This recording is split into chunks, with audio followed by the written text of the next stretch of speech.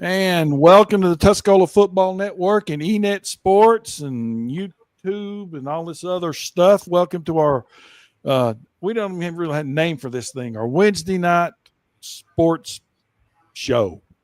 That's kind of what about the best we can do right now. So anyway, welcome. I'm David. We got Coach Jonathan. We got Coach Seibert, and we got a lot to talk about tonight. We got college football to talk about, and I've got everything ready for us to break down.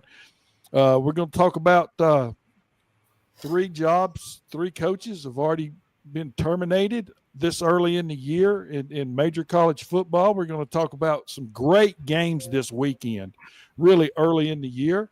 We're going to talk about Oklahoma's quarterback uh, playing the Heisman. The guy, if they voted today to win the Heisman Trophy, is going to miss a month with a broken hand. Uh, we're going to have a short discussion about North Carolina and Clemson, and we talk about those three jobs that are already open, and we're going to talk about Indiana because you can't not talk about what he is doing there and what they're doing. Don't shake your head. You did that last year. You're such an and Indiana homer. And then the cool thing we're going to talk about is right here, boys, right here.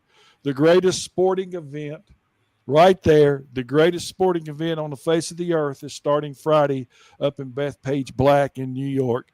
So we got a lot we're going to talk about right now. Let's kick it off and talk about some, college football. Let's talk locally real quick. Uh, I am an unabashed fan of, to me, the program that does more with less than anybody in this country, and that's the Mars Hill Lions. And here they are again. Uh, Coach Clifton resigned right at the end of fall practice after 32 years.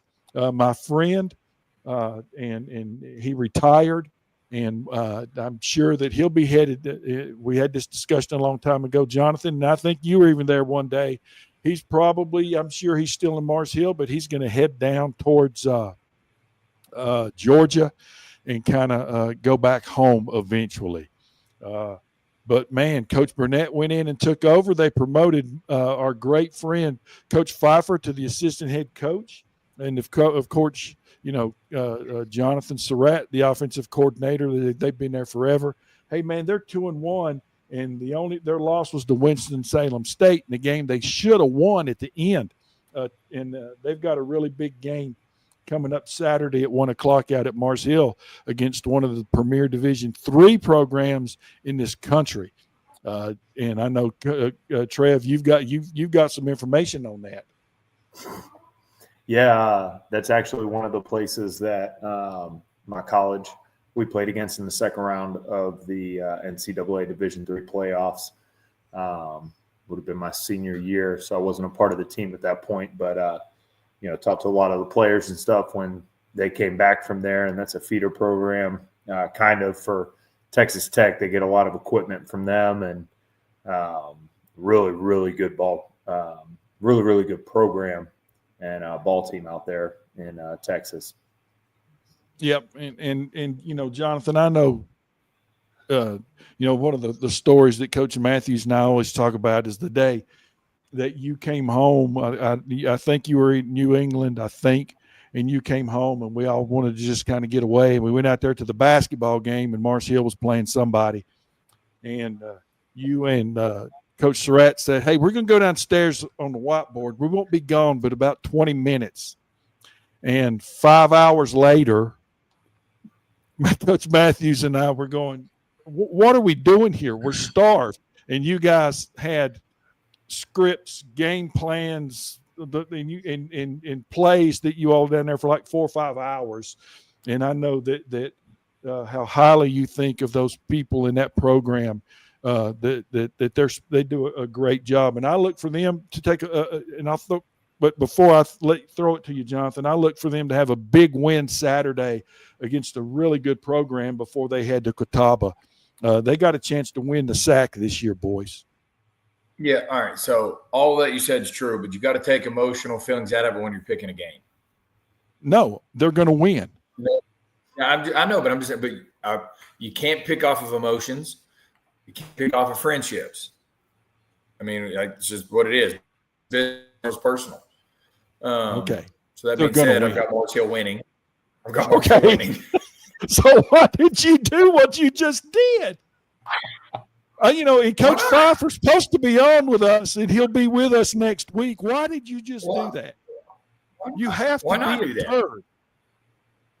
Listen, somebody's got to keep things interesting around here. Okay. So, right. but I think I do enough pissing people off, so why not keep it going? No joke. But I'm really looking.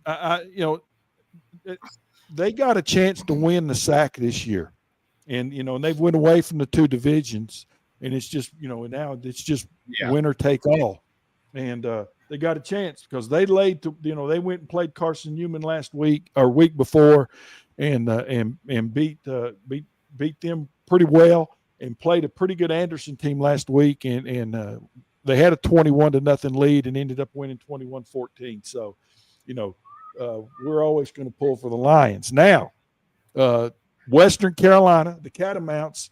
Trevor's got to pick. Oh, go ahead, Trev. I'm sorry. Yeah, I'm picking Marcel. Okay. Yeah, he had no choice this time. I mean, yeah. I'm not going to pick Mary Hardin Baylor. Forget those guys. The Catamounts are headed down to play Campbell, and middle of Western, regardless of who's their quarterback, they've scored a ton of points this year. The kid, they finally got their starter back last week, and he was like for 500 and something yards, and but boy, they got to play better defense. They have not played. Western at the moment, their quarterback's back, all this stuff. And I'm not comparing them to this team, but they're like the, late 80s, early 90s Miami Dolphins. They got to score 60 to win the game. You know what I'm saying? Like Dan Marino, I know we're going to talk about this, but Dan Marino would have 4 Super Bowl championships if he had a defense that was breathing at the time. And that's kind of what I feel about Western is if they just play solid defense, they win a lot of ball games. Yeah, and I don't know much. I don't know much about Campbell, but I just know that Western's going to score a bunch of points, and we're not going to have, and I'm going to pick Western in a close game, but a high scoring game. Yeah, I'm going to take Western in in all honesty, it's probably going to be like a 50-47 ball game or something. I'm going to go against Grain and pick Campbell. I looked up some stats and stuff like that. Their quarterback's thrown for 900 yards already this season. They throw the heck out of it. I think it's going to be a high-scoring game, but I think Campbell's going to win it. I'm going to pick the home team in this one. Yeah, the Cats got to play some defense. That's the bottom line. Honestly, they really do, and that goes for any game. They play defense. They win a lot of games. Yeah. Western can score points. Yeah, you got to play a little bit. And we're not going to have a long discussion about it tonight, but the sad part for me is that kid that's playing quarterback for them. I don't know if he was hurt or suspended or whatever, but he didn't play until last week. He's good enough to, he was the guy that was that level. He was the front runner to win that level of whatever they call the Heisman. The sad part is you bring him, you teach him, you develop him. He does all this stuff. He will not be in Cullowhee next year. It's not going to happen, and that's really sad. Well, and I wish that would change. I'm gonna disagree because I don't know if it's the same kid or not. No, that's not. The one that went there, the one to Oklahoma, found out it's a little different level. Yeah, but no, this kid is not the same kid. I get it, but I'm telling you, it's a different level when you're playing that position. And also it depends on what system you go to, or you got to pick the right school it's not quarterback loaded. And because the last kid went to Oklahoma, and you're like, dude, why would you go to Oklahoma? They got 4 kids on the roster. You'd have to be smart about where you're going if you're going to leave. Yeah. Yeah. Where did he end up? Because he left off Oklahoma after spring ball. He went back to Western, if I'm not mistaken. No, well, he's not on the roster. I'm pretty sure. Well, no, but he may have graduated though. Okay. This has been 2 years ago. He may. I don't know if he graduated. I don't know, but I'm thinking he went back to Western because it is different when you go to because if you're going to leave, you got to look at the depth chart of where you're going at whatever your position is. Yeah, especially quarterback. Yes, all right. Running back. You can go to a place that's got multiple because it's multiple play. But so I'm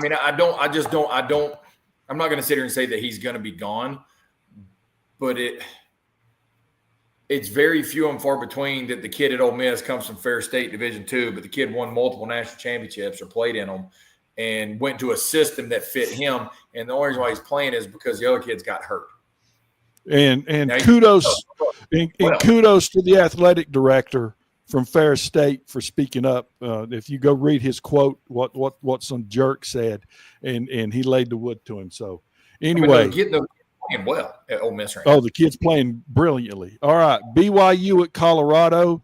I'm going to go BYU because Colorado just can't find a quarterback that they want. I'm going, even though it's on the road, 25 BYU in a close game against Colorado. I got the Cougars. Any quarterback that wears 47, I can't root for. So Colorado.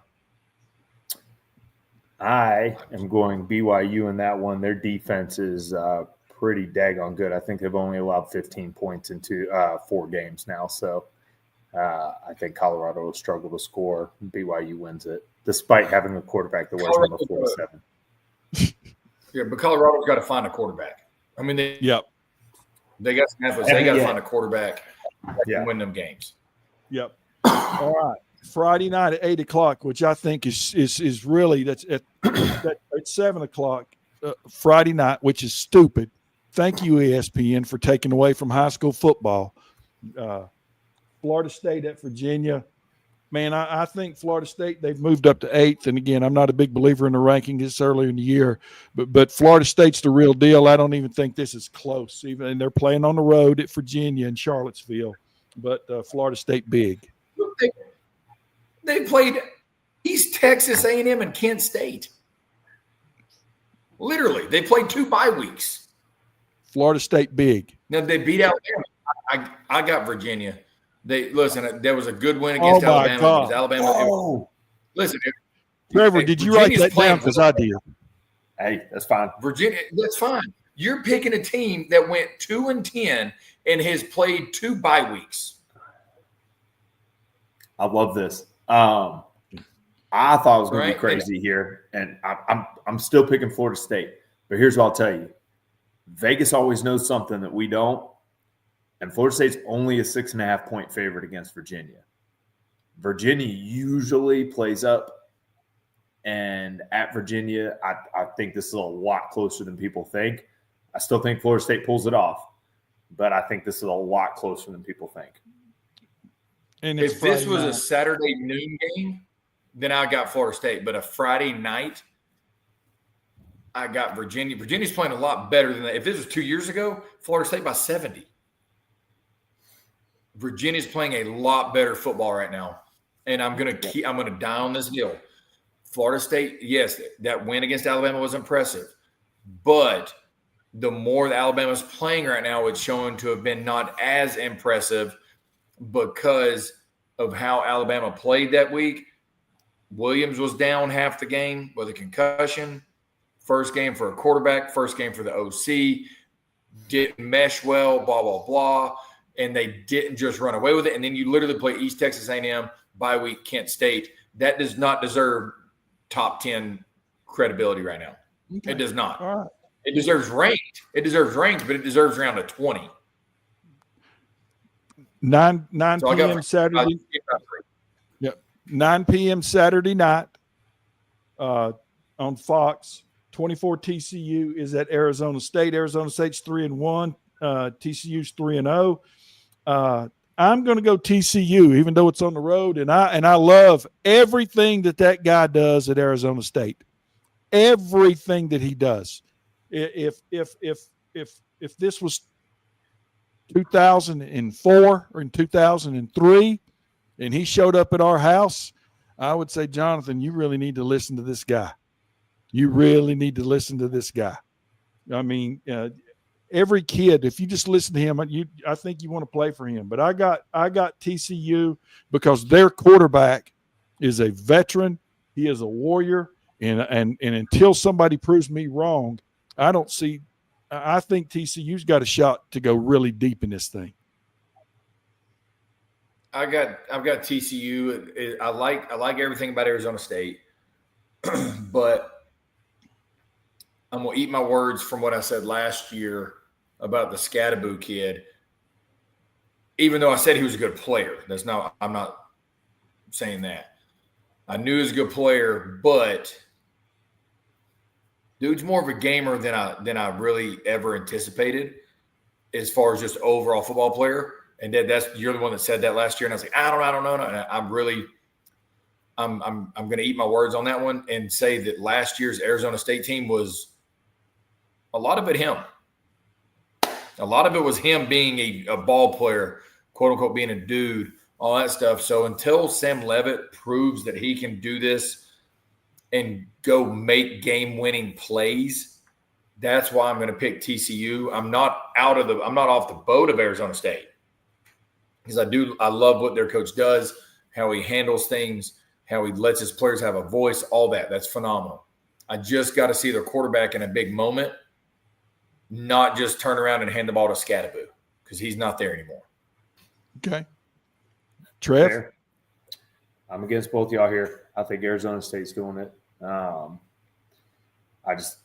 don't know. There's something to be said about a team that did what they did last year. I know they lost their emotional leader, but having that dude at quarterback, I feel like puts them over the top in this one, especially a home game.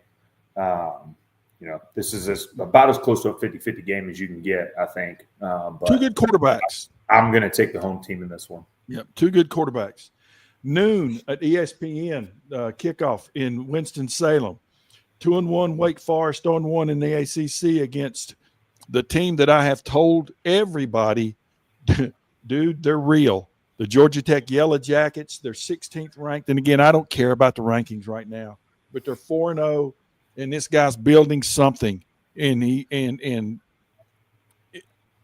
he's, man, I am impressed with Georgia Tech, and they got some good-looking uniforms too.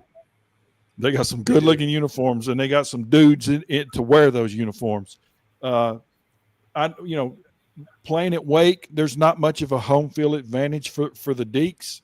So all that being said, it is a cool atmosphere, but it's not. It is a cool atmosphere. Yeah. I think the game day experience is fun, but it's not going to be. Yeah, you don't have but to it's go not silent. a home field advantage. Yeah. But I don't think it's a blowout. But they're going to grind. And that kid that plays again, I'm going to go back. The teams that have these quarterbacks that are warriors.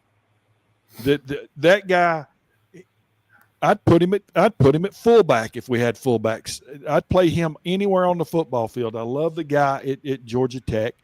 But Georgia Tech, I've got the Yellow Jackets. I'm not going to say big, but I don't think it's going to be one where you're biting your nails with 5 minutes left in the football game. I'm going to take Georgia Tech in his last game coaching against Wake Forest because he'll get a job offer that he can't turn down in the offseason. I disagree with that wholeheartedly. He's a Tech guy. Hey, I know. Money, I get it, but listen, money talks, and people at that level of the business understand you're only as loyal, or they're only as loyal to you as your last game. I 100% I agree with you. He's a Tech guy through and through. I hope he would stay, but in today's world, the university's only as loyal as your last game. And the old adage of you got to strike while the iron's hot. Well, he's a very hot commodity at the moment. If he finishes this year off, somebody at some program is going to go, here's you a check, write your number on it. And I think he would have to go because he's done a phenomenal job of getting Georgia Tech back to relevancy. He has. Who you got, Trev? And tell me why. I think what I was going to say was that he's a Tech guy until he's a Clemson guy. But bold strategy, Cotton. But I do not think that's outside of the realm. Nope. So not at all. Scratch my last game against Wake Forest statement. Exactly. That's why I wanted to say it. I'm like, I don't think it's going to be his last game against Wake. Just with a different coach. Tech by 17. They're gonna smoke them. Yeah, and John, I'm not throwing off on the game day atmosphere down there, but you understand that my perspective is always, my perspective is Knoxville, is Clemson, is Alabama, it's Georgia, it's LSU. And when I think of home field advantage or CE Weatherby, those are the things I think about. I'm not throwing off on them. There's certain teams. I mean, I'm not throwing off on Vanderbilt. Vanderbilt, they're very similar as far as the stadium. Now Vanderbilt's upgrading. I don't think it's done yet, but it's very similar. That the game day experience is fun, but you don't have to go silent count when you play there. Yeah, that's not a slight. That's just what it is. And I think a majority of it is the amount of people that hold, or you would. Noon kickoff. Saturday on Fox, man, 21 Southern Cal at 23 Illinois. And Illinois, I picked Indiana to win last week. And I did pick Indiana to win, but I sure as heck didn't envision what happened. Man, oh man, Sig. And this, but anyway, we're going to talk about them later. I got Southern Cal in a close game on the road, because Coach Riley, he knows this is go big or go home this year, and they're playing better defense, and they got a kid that can fling it around the ballpark, and I got them over the Fighting Illini in a close game in Champaign, Illinois. Southern Cal over Illinois. Hurts me to say that. I'm going to prove a point real quick though about your Florida State pick. Okay. I've been on the Illinois bandwagon for a while. I like their coach. I think their quarterback's a gamer.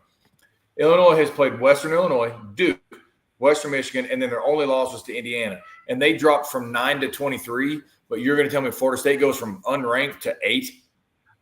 Don't talk rankings. And they played 2 middle school teams. That's what I just don't understand, but it's also the media getting a narrative every year with the team. And this year, the narrative is Florida State. And that every year they're going to pick one, and that's okay. But it was proven early that the narrative this year they're going to push is Florida State's back, Florida State's back, Florida State's back, because they need the ACC to look better. All right? So that's my spiel, because, yes, I'm on the Illinois bandwagon. I like everything they're doing. That being said, I got Southern Cal in a field goal game, because I do think they're throwing the ball and running the ball all over the field when they need to. I just don't think it's going to be as high scoring as some may, because the time zone travel they're doing, right, to Champaign. Because I remember last year, wasn't it like anybody in the Big Ten that had traveled over two time zones or more only had 2 wins on the year collectively, or something crazy? Something like that. Penn State was one of them. We're getting there. We're getting there. All right. But you know what I'm saying. So that's why I think I'll be close, but I got Southern Cal in like a field goal game, but lower scoring than normal. It's going to be difficult for them. I'm going USC, but that's a 9 a.m. kickoff for them. Exactly. Like they're going to struggle early. I think they come back in the second half and win by a field goal. I could definitely see Riley being smart and going, hey, guys, this whole week, as soon as last week's game was over, now they probably practice more than any time anyway, but it's probably going to be, hey, everybody's got a 5:30 wake-up call. We're in at 5:45, 6 o'clock to get their bodies used to it, is what I would assume. That's a Lane thing. That's a Lane thing. This is my assumption, because, I mean, you're right. A 9 a.m. kickoff, guys, let's be real. None of us are used to going out there. A 12 p.m. kickoff is hard on your body mentally to get up and get going, much less if your body's used to it thinking 9 a.m. Yeah, and I know that you guys hated going like to Vanderbilt and playing the noon game, which in your body was 11. I know you That's guys what hated that. But anyway, Trevor, what you got? USC. Okay. Now, Yep. it's easier to travel from east to west on your body than it is from west to east. So, Ohio State is traveling to Washington to play the Huskies. Washington, they're both undefeated. And usually on a normal day, on a normal Saturday, this would be the game that everybody's talking about, but you're not hearing a lot about it. I cannot stand to pick Ohio State, but I guess I got to pick them. But I don't think it's a blowout. I think Washington is pretty darn good. I don't think they're I don't think they're the 2 year ago Huskies, but this guy is implementing his program, and I think it'll be kind of a close game playing in Seattle, and it's a really early start. So I got the Buckeyes. I got Ohio State. They've got the best safety in the country in Caleb Downs. He's not afraid to fill the alley, come down to the box, make tackles. Washington's got a really good tailback and an athletic quarterback that can move and throw on the run. But that being said, Ohio State's got arguably the best defense in the country. I got Ohio State by 2 touchdowns. Ooh. I think I said it last week, but I feel like this is the biggest trap game on Ohio State's schedule. I'm a firm believer in trap games, and I think this is one of them. I don't see Washington winning this, but there's something in my gut that tells me this is going to be like a late field goal to win it game for Ohio State. Like I don't think this is going to be a blowout. I think they're going to have a lot of problems with that running back and the quarterback. I think this is a lot closer than people think, and puts kind of Washington on that map of like, hey, we're a good ball club. Oh no, I agree. Washington's a good ball club. I just don't know. I don't know how you cover their receivers. Ohio State. Oh, I'm with you. All Julian has to do is just honestly get the ball in their vicinity and it's plays. I'm with you. If you double Smith and Tate, then Tate's one-on-one. If you double Tate Smith's one-on-one, that's the reason why. I don't think they run away with it. But let's be honest, a 14-point win can really honestly feel like a field goal game. It could be something crazy. Like I just think something's going to happen, and Jeremiah Smith or Cornell Tate's going to make a big play in the fourth quarter, and that's going to separate them at the end. Correct me if I'm wrong. I don't recall Ohio State making a long trip last year against a tough opponent. I think this is their first one in the Big Ten. So that's why I feel I don't know. There's just something in my gut telling me that this one's going to be a late field goal to win it for Ohio State. Which leads us to LSU at Ole Miss. And something popped up on my phone at the office the other day, and Jonathan he'll start laughing here. They were babies. Lane's daughter and Knox was just born, and Lane's daughter said, I guess Monday or Tuesday, that she just wanted to let everybody know that her boyfriend is the inside linebacker for LSU. He's like their dude. But anyway, that's neither here nor there. Well, Lane also posted the picture and then said, "Take the over." As far as points, so that's a typical Lane thing. So, I am going to pick Ole Miss because I just cannot. And sometimes, Jonathan, you talk about picking with your heart. I don't pick against him unless it's just something, because I know that schematically and scheming and what he's able to do and get his kids in position offensively to be one-on-one is and I know that you're a big fan of Sark, but nobody is better than Lane at getting his guys one-on-one, and you know that better than anybody in this country. I get it, and I agree with you. I got LSU though because they've got the best quarterback in the country. So They've got they've got the quarterback advantage with experience. They've got where are they playing at? They're at Ole Miss. That's fine. At Ole Miss. I think Nussmeier is overall total package best quarterback. Now they're going to have to score some points. To be honest with you, because Ole Miss is probably going to score 30, 35, maybe 40. But I do have LSU in this one only because if you go back and watch the Clemson game, Nussmeier can win it in so many different ways. Okay. He's a tough SOB. He'll stand in there, take the hits. You can tell his team rallies around him, and he is pinpoint accurate. That's the reason why. And I'm not a fan of their coach. Not in a negative way. I just don't think he's gonna. I think he's gonna make some decisions about the game that you go, what was that? What was that? But I think his players are good enough to bail him out. Trev? I'm going to say something really shocking here. I think LSU are frauds. The whole team is I'm with you. I think the quarterback's great, but you get a close win against Clemson, that's no longer a good win, in my opinion. Clemson has shown they're not that good of a football team this year. They've got a close win against Louisiana Tech at home, close win against Florida at home, and then they blew out a middle school team. I think Ole Miss wins this one big. Whoa! All right, so you say all that. So you're not going to say Florida State's frauds? Hold on a minute. We're not talking about that. Quit going back to that. I didn't say they were good. Why are you fixated on that? I said they're going to win a close one against Virginia. Because you're going to sit here and tell me. No. You're going to sit there and tell me Florida State is jumped to number 8, and now the Syracuse win for Tennessee is even better because Syracuse coach has ever went to Death Valley and won, and he doesn't his first time.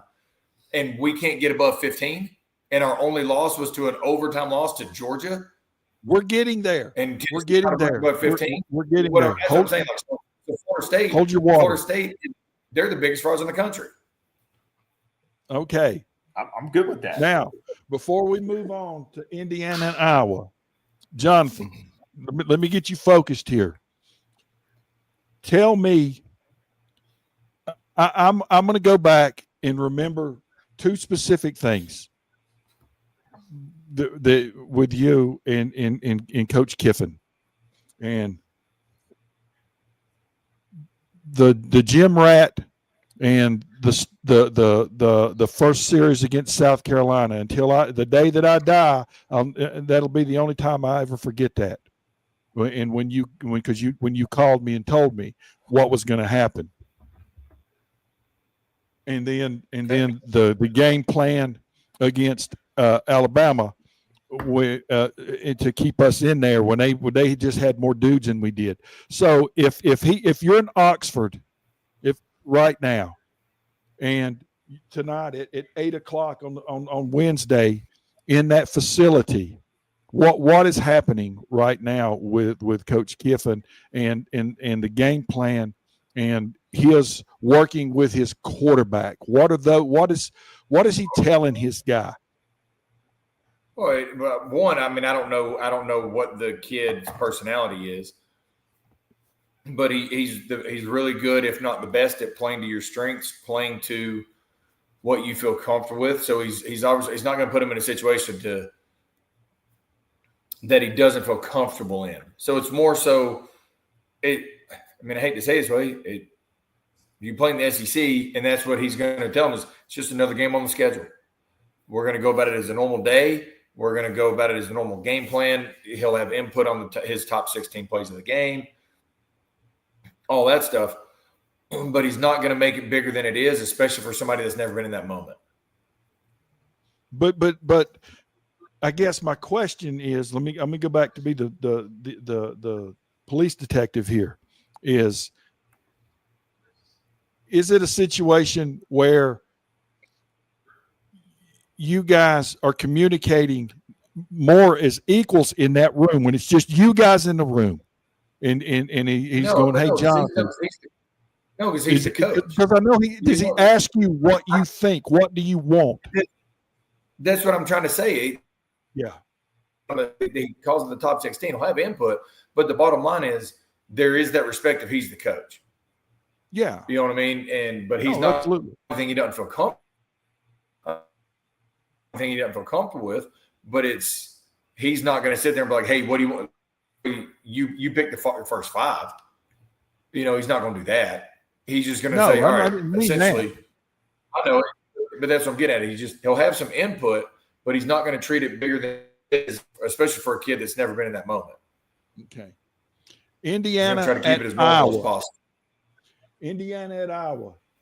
And Iowa is 3-1. Pretty good football team, hard-nosed. They, in our conference, they would be like Franklin. That's kind of what they've always been a majority of the time. I'm talking about Iowa, but even though they're playing at Iowa, you're going to have to show me that Indiana's not good. I'm going with Indiana, and I'm not. It's not going to be last week. It's not going to be a blowout. But I think Indiana is just good until you prove to me that they're not. And this guy, Coach Sig, has them believing. He has them believing that they can beat anybody, no matter who, where, or when.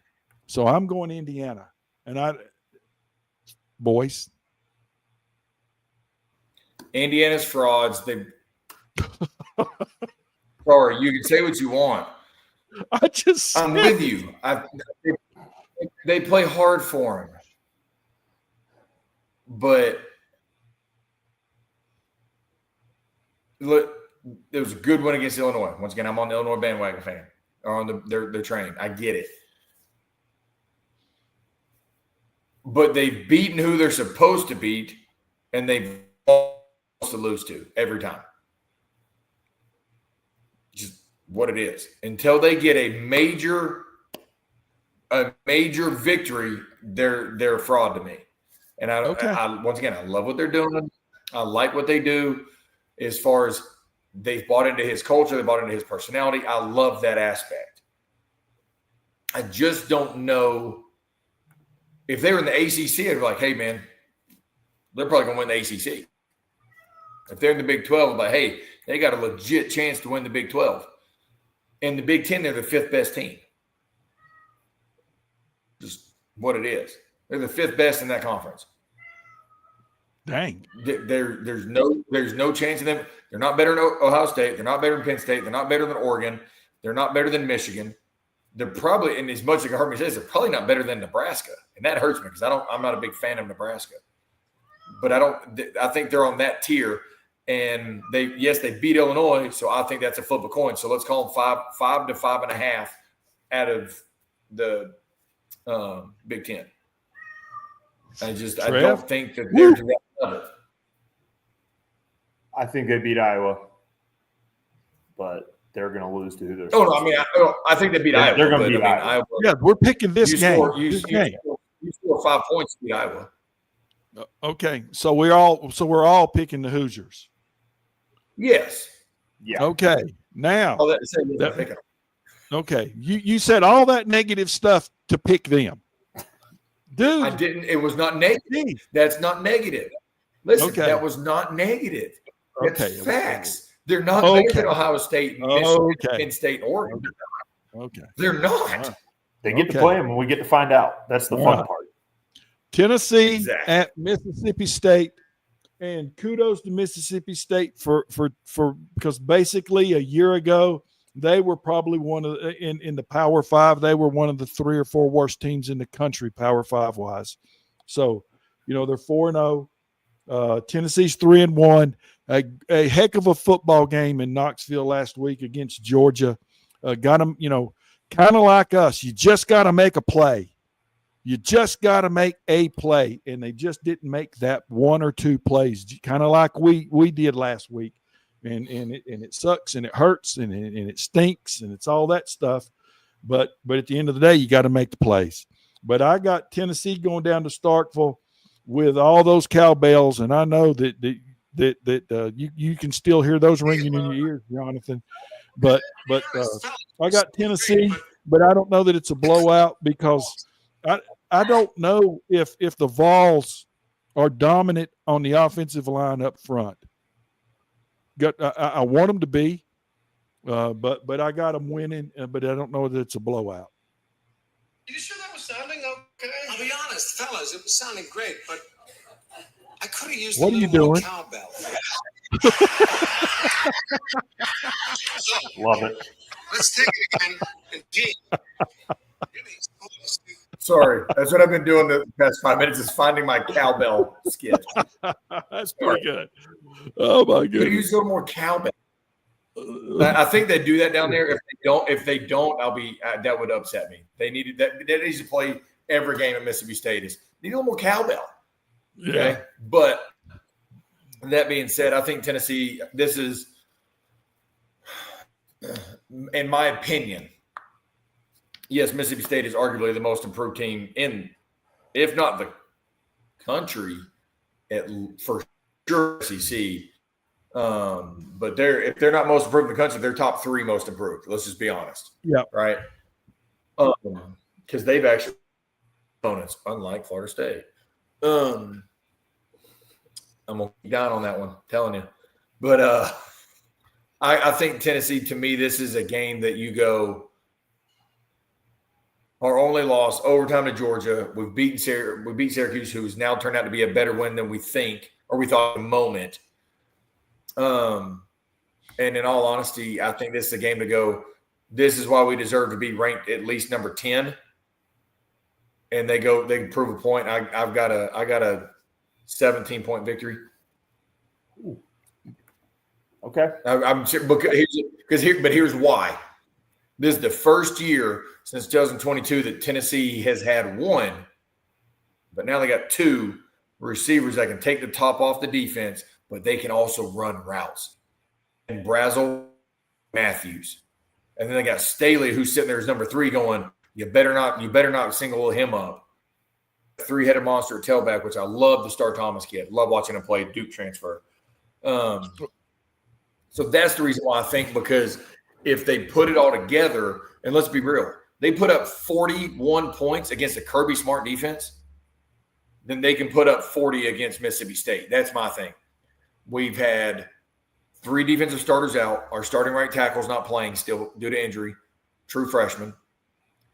So I think when all's said and done, I do think Tennessee is a playoff team.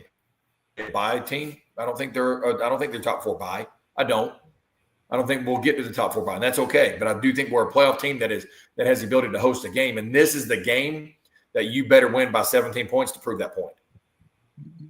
Trev? That's the way I look at it. I'd love to be able to take Mississippi State here and get everybody all fired up, but I don't think there's. I mean, there's always a chance that the other team could win, but I think this is a walk for Tennessee to show out and show everybody what they're about. I will say I did love. I don't know if y'all saw it, but the response of the Tennessee kicker to field goal against Georgia and that story behind how he went and practiced 6 a.m. the next day and invited the fans into the stadium. I think that says a lot about that kid. Being in a situation like that, everybody thinks that junk is easy, and it's one of the hardest things to do. No, it most certainly is. And kicking is one of the hardest jobs in the world, much less when you may get 2 opportunities a game. Yep. Yeah. Like, you're just sitting there cold. So I did love that he came back in overtime and drilled essentially the same kick against Georgia. Yep. And zero hesitation. But I said it before that game. The loser of that game, unless it was a blowout, and it was not even close to being out of the race. Oh, absolutely not. No. If it was a 4-team deal like it was, maybe. Yes. But it's not. Which leads us to the next game.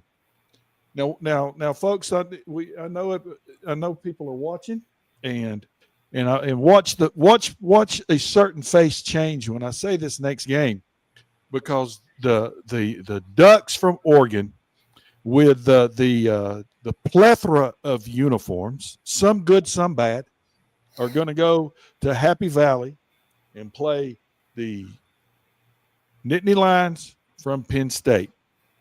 And that's really two great college football teams. And being at home, and I guess they'll do a wide out thing up there. Being at home is against a normal team is probably 7 to 10 points. Against Oregon, I'm going to say it's a 3-point swing. This is going to be a close football game. When Coach Franklin, everybody always throws off on him. I've always liked him, even when he was at Vanderbilt, because he did a great job at Vandy. But he's got to win a big one, and he hasn't really a big one. So I've got Oregon in like a 1 or 2 3-point football game. And that's just because, and look, I like Coach Franklin. I know that a lot of people don't, and I don't get why they don't, but that's to each his own. But and I almost want to go for me and go. It's just a pick 'em. But you got to pick somebody. So I'm just going to say, last possession, a field goal at the end, Oregon at the end, maybe. I was seeing what uniforms they were wearing. I just got the going black pants, white jersey. I was just looking it up because honestly I thought Oregon was going to be those people to be like all white. Screw you guys. I really did. Yep. I honestly thought they were going to be like white out. Cool. We'll come up with some brand new all white everything is what I legitimately thought they were going to do. And if there's one team that could do it and get it production, it would be them. So I'm going to tell you, I love everything about what Dan Lanning does. I'm not an Oregon fan, right? But everything that he does and what he says, those kids buy into it because they know he's heartfelt. He means it. He takes everything personal when another team does things, and I love that. I would love to be a fly on the wall, and we will obviously will after the game because they'll show it, win or lose, about his speech, what he's done this week to get them prepared for the whiteout like he got them prepared for jump around at Wisconsin. With the Are You Not Entertained last year and just all that. I do think, Trevor, it's kind of a running joke. I do think Drew Aller at some point is going to Drew Aller this thing and make a mistake that you go, what? Like throwing a blind flat into cover 2 or something like that. I do think that'll happen at some point. I say all that to say I still got Penn State at home in the whiteout with like a 2-point game. I do. Because they haven't used the running backs yet. They got the best running back duo in the country. It's just my opinion. I think the whiteout at home, if they don't get down 10 early, plays that big of a factor. It's fair. I might go a little longer than I probably should here, but one, let's echo everything you said about Dan Lanning. I don't get excited about talking about other coaches at other schools, and I apologize for any facial expressions here.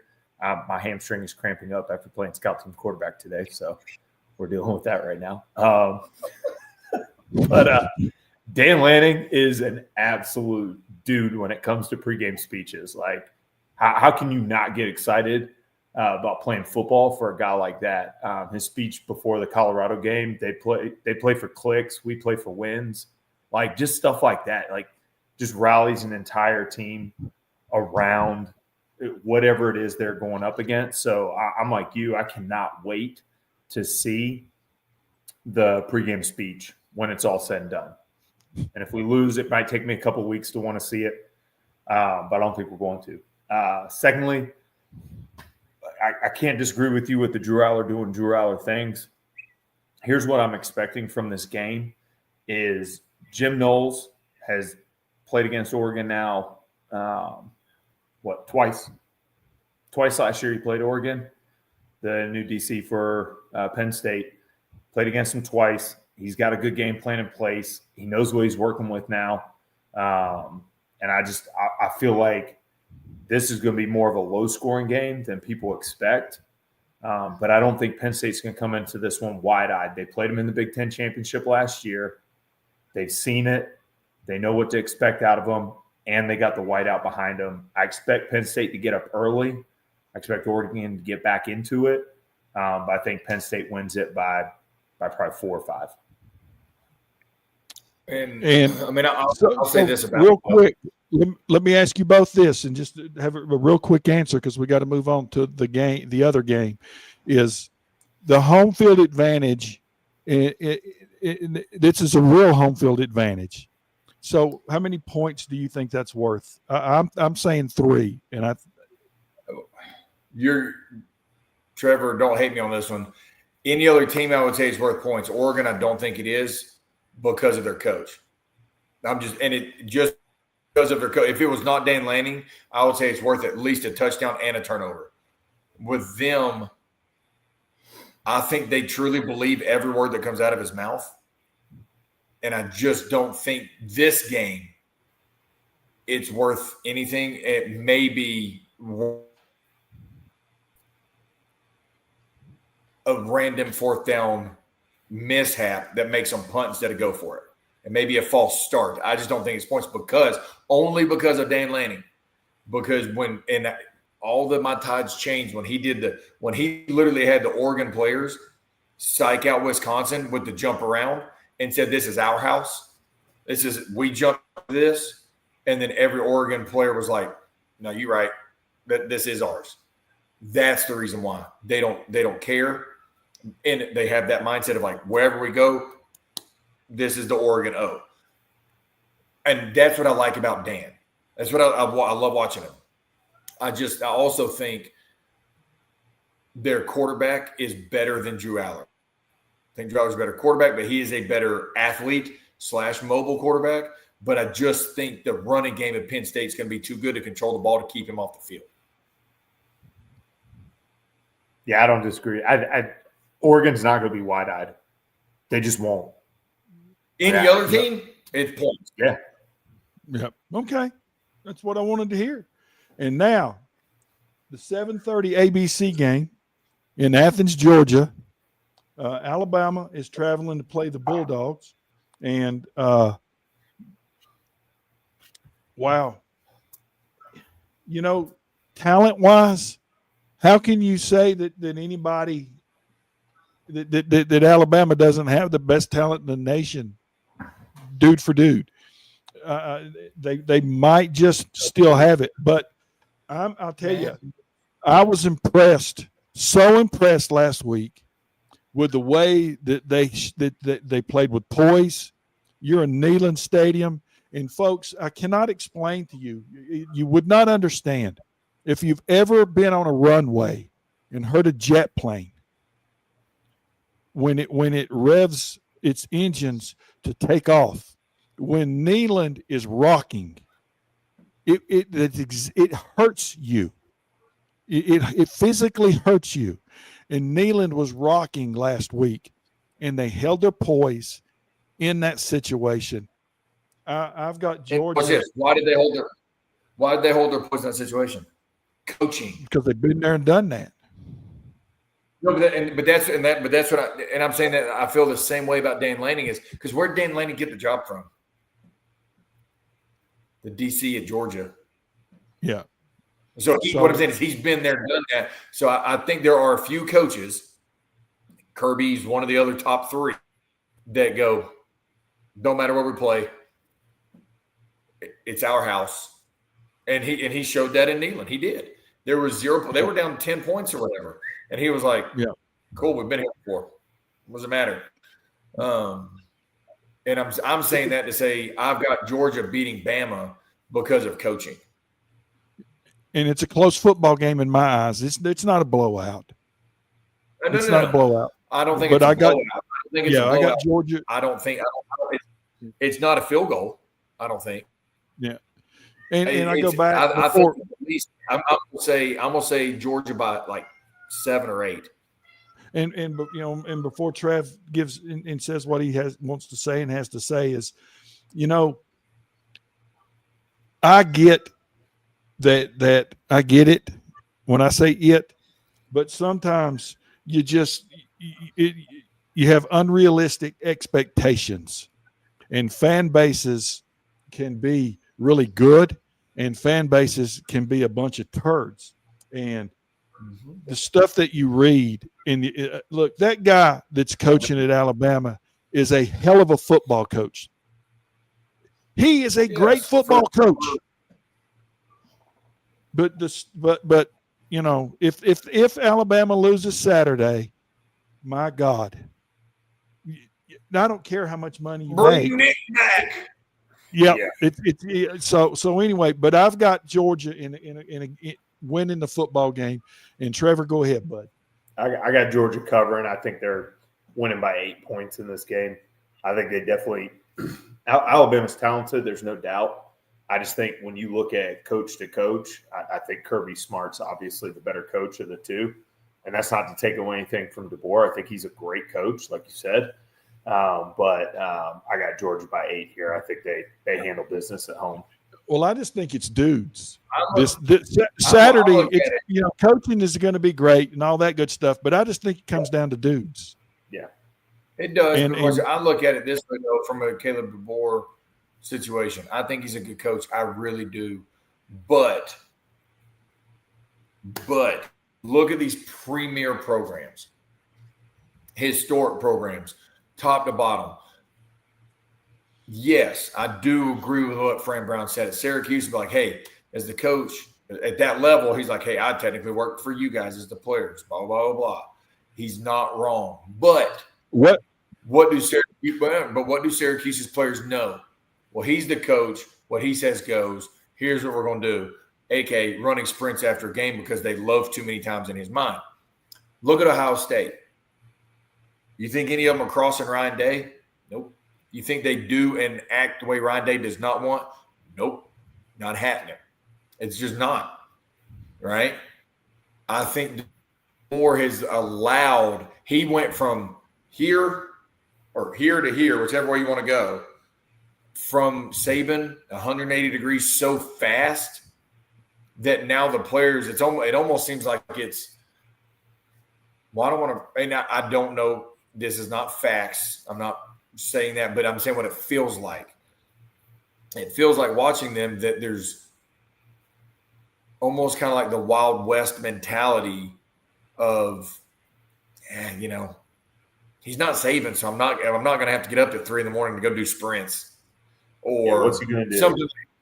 That's kind of the feeling that you get from the outside. At least I do. I get that feeling watching them. And so that's the reason why, I don't think there's as much discipline because don't get me wrong. Yes. After the game, you can be like, hey, we just got beat. We played hard, blah, blah, blah. But at that level, it's different than high school. It's different than middle school, different than youth league, blah, blah, blah. At that level, look at Nick Saban. They won a national championship. He's like, all right, we got film at 7:30 in the morning. We're on to next year. He is freaking out up by 21 points in a national championship game, losing his mind because they're about to get a delay game. And DeBoer's going, well, I really loved our effort today in our 20-point loss. I really loved our effort against losing to Vanderbilt. I just don't think the expectation from him is the same anymore from what they're used to. And I think the players are going, what are you going to do? You going to run me? Cool. I don't have any evidence to back that up. I'm just telling you from the outside looking in, from my past, that's what it feels like. Okay. I hope it's not that because he's a good coach. And I rooted for him in Washington a lot. But I just don't know if the SEC is where – look at Brian Harsin or whatever came from Boise at Auburn, because he was a great coach at Boise. Great coach at Boise. Realized he probably shouldn't have left Boise for Auburn.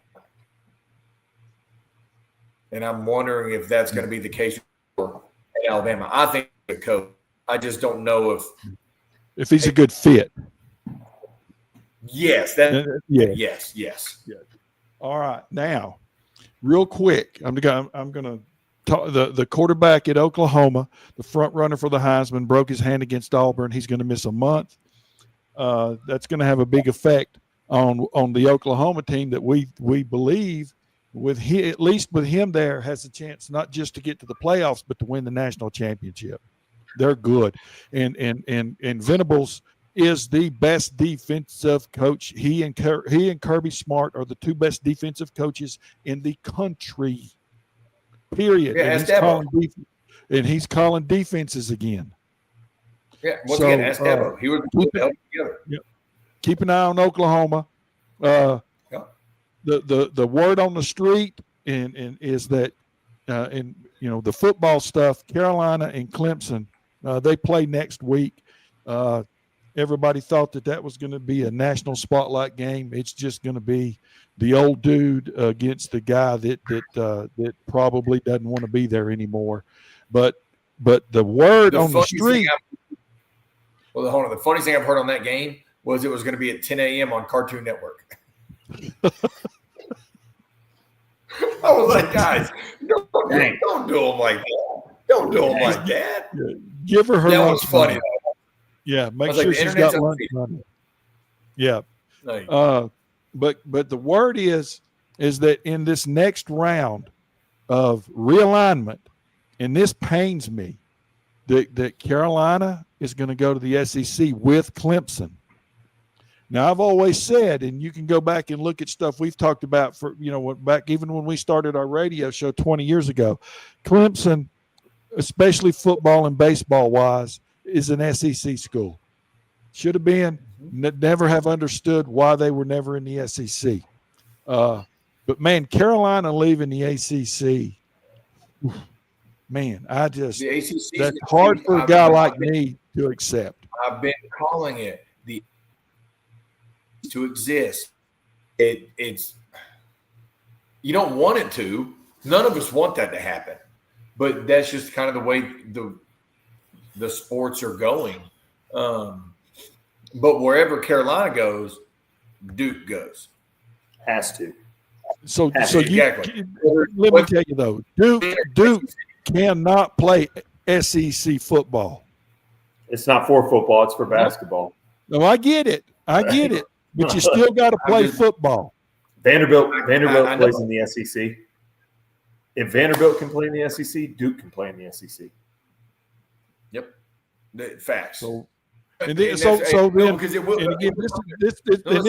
into a long discussion. It will help their recruiting being in the SEC. Okay. It will help. But then what happens to state? State's going to want to be part of. So that's a long discussion we're not going to have. So, but they're not. But here's the thing: the Carolina and Duke have the rivalry. Yes, State and Carolina have a rivalry, but that's like Texas and Texas A&M. When A&M went to the SEC, they still played, but they were not in the same conference anymore. Yep. Would probably go to the Big Ten to redo the Maryland rivalry. Truthfully, I like where your head's at with that one. So let's I really do, and I think it would be like. And that's for another show, because now it's time, right here, boys.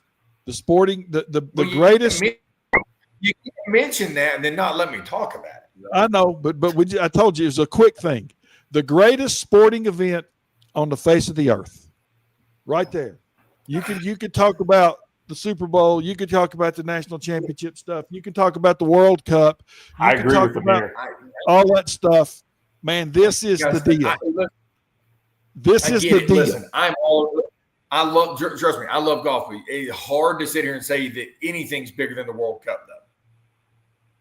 This is the deal. And you're the World Cup is the world's biggest sporting event. Yes. The Ryder Cup's the most entertaining. To us.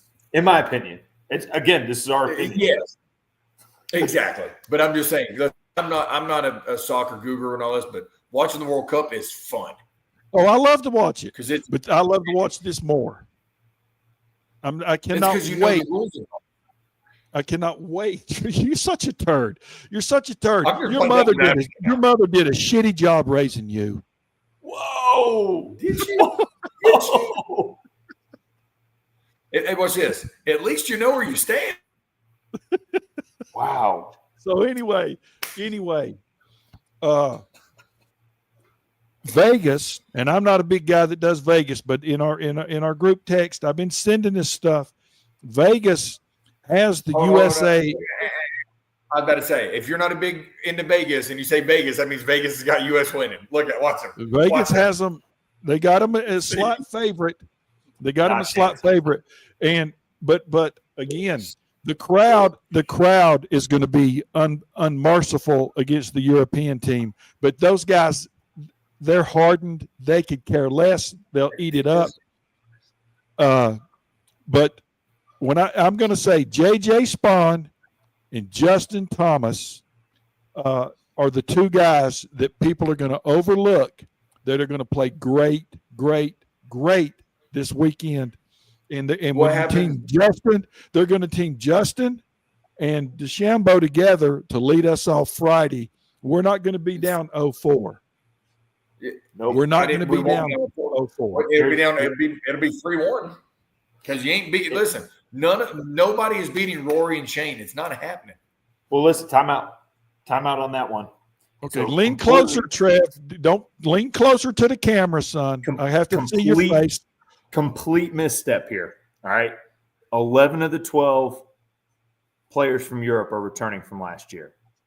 The one that's not is Hogard, and it's his twin brother from 4 years or 2 years ago. Okay.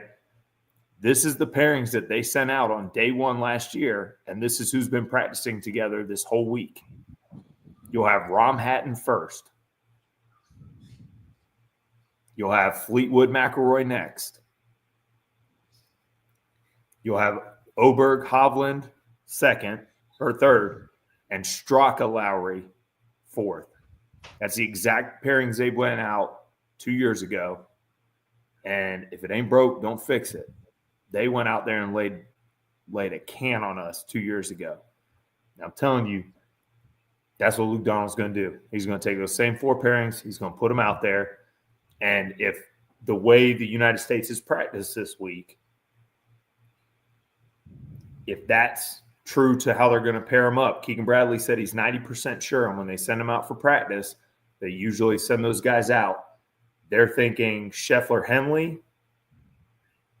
first group against Rom Hatton, Xander Schauffele and Cantley against Fleetwood McElroy, which is a bulldozer.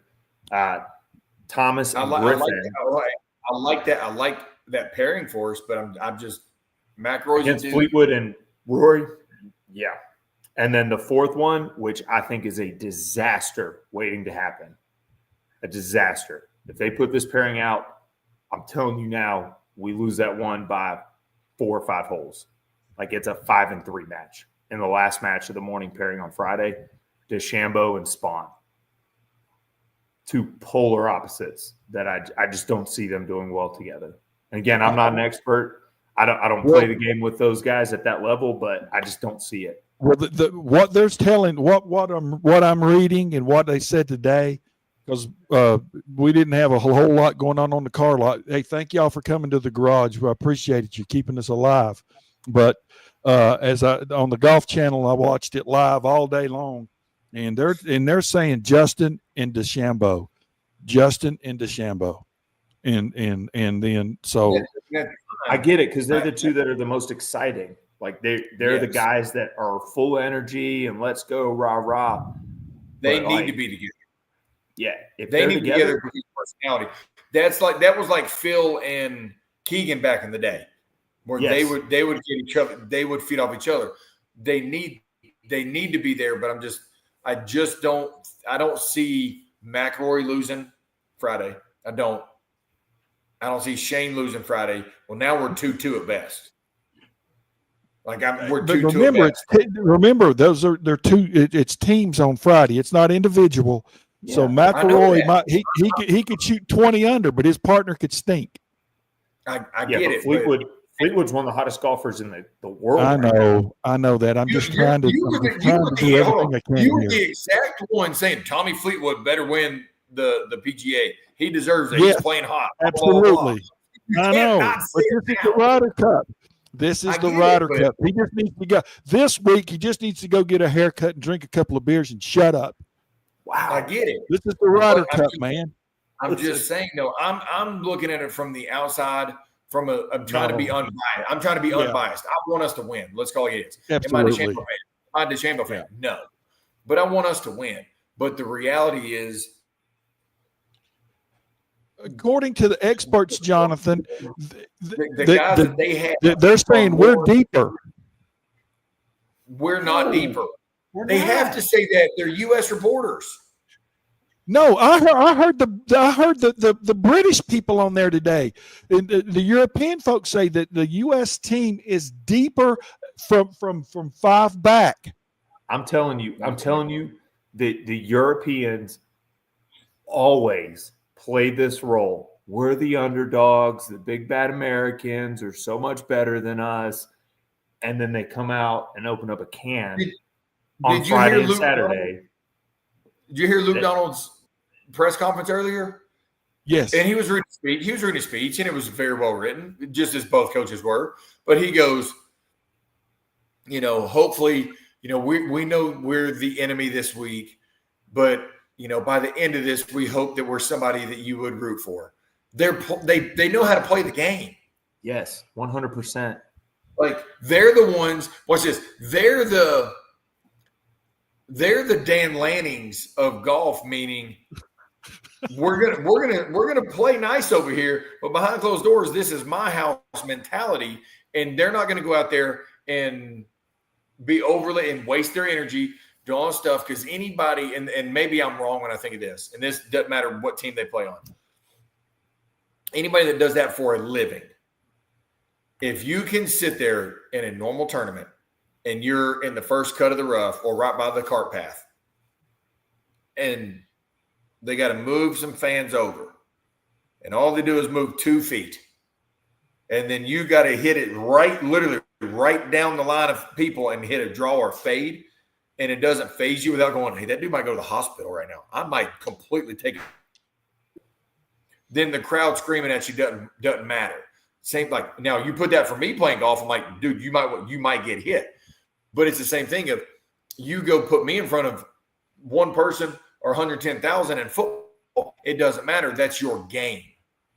So I don't think the crowd is there, in my opinion.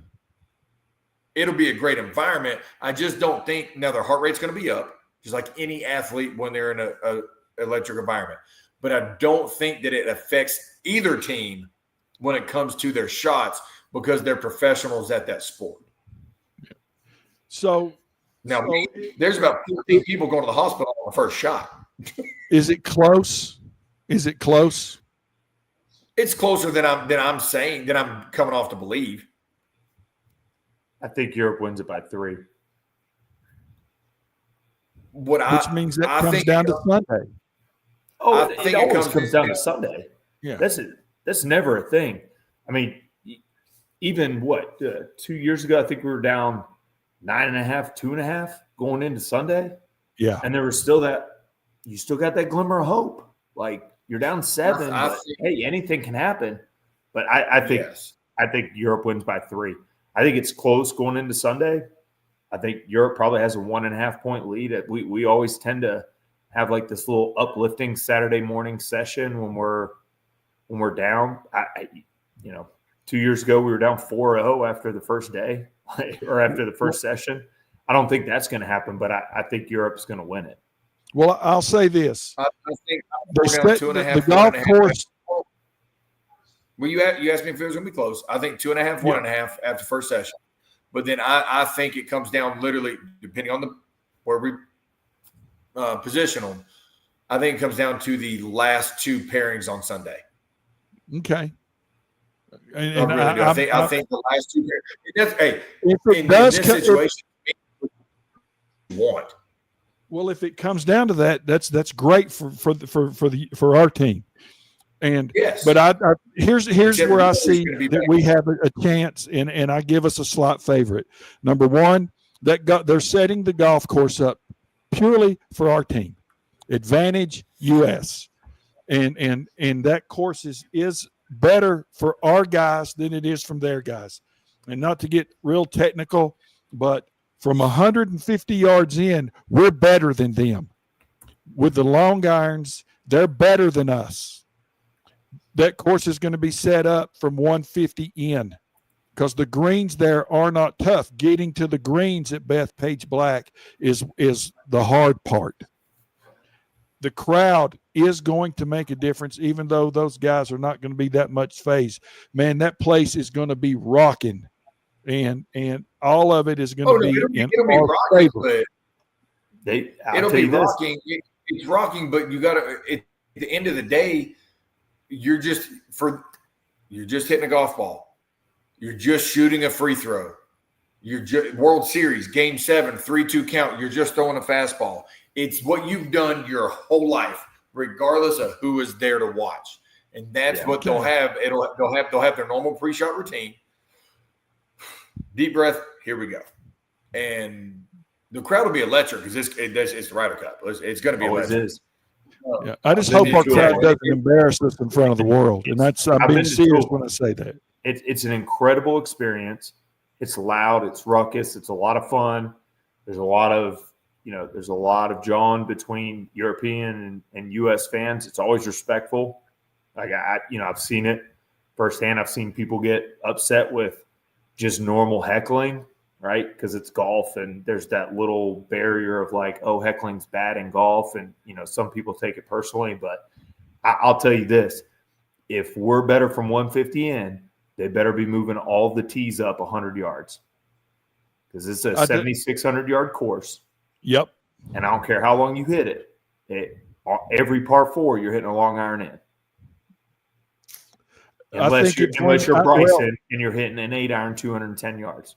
Well, I just that's where I go back and I say that Justin, Bryson. Hey, Scotty can bomb them. We got the best player on earth on our team, and I think we got a chance. I know that we're all three pulling like heck for him, and I'll go back and all joking aside, I don't want Fleetwood to play poorly. I don't want him to win, but I don't want that guy to play poorly because when next season starts, I'm rooting for him to be the number one golfer on the planet. I just think that guy's got something, and the way he carries himself and I'm pulling for him, and I don't care where he's from. I'll just say this: you're right. You say all those things. What person do they have on their team that has done something that only 4 people have done in the history of the game? That's simple. Rory. When you get Rory on your team, I love him. Yeah, I know. I'm telling you, that's where I keep going and looking back to him. Guys, there's been 4 people win the Grand Slam. 4. And again, I said it last week. They're pretty player country golfers. You just say whatever you want to say. Yeah, Europeans are just better at match play. We don't do enough match play here in America, and Europeans are just better at it.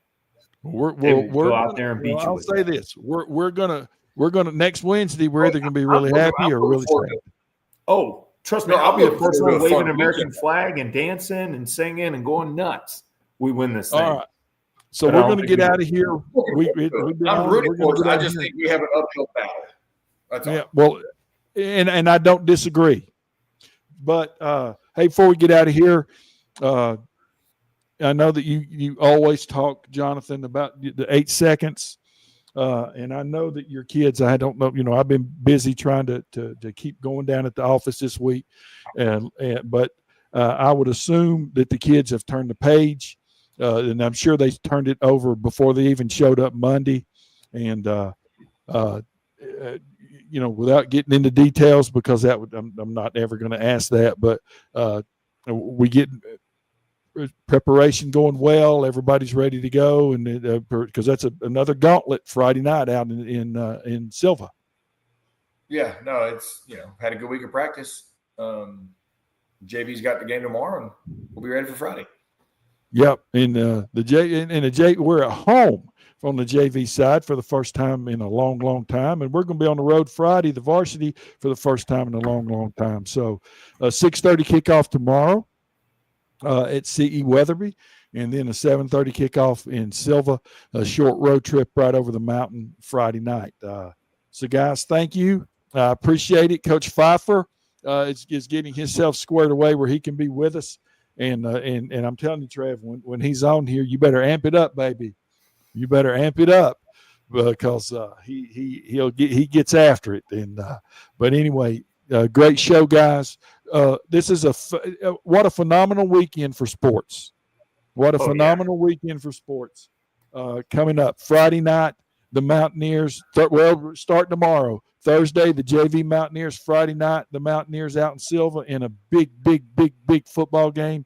College football, big games all over. We've discussed. We got the Ryder Cup, the Sunday, the regular season, and baseball ends. And you got the Cleveland Guardians, who made up 15 games in 3.5 weeks on Detroit, and they're up 3-1 right now. And they tied them last night and won the tiebreaker. If they win today, they're in the bottom of the fifth. They're up 3-1. They've got a 1-game lead. In Detroit, who has had as much as a 17-game lead this season, won't make the playoffs, not even as a wild card. Whoa, that's tough. And Jonathan, Cincinnati is just 1 game out of the last wild card spot. Listen to what I told you. They just need to make the playoffs. I hope somebody I hope somebody that I'm looking at here is holding that ticket. That's all I got to say about that.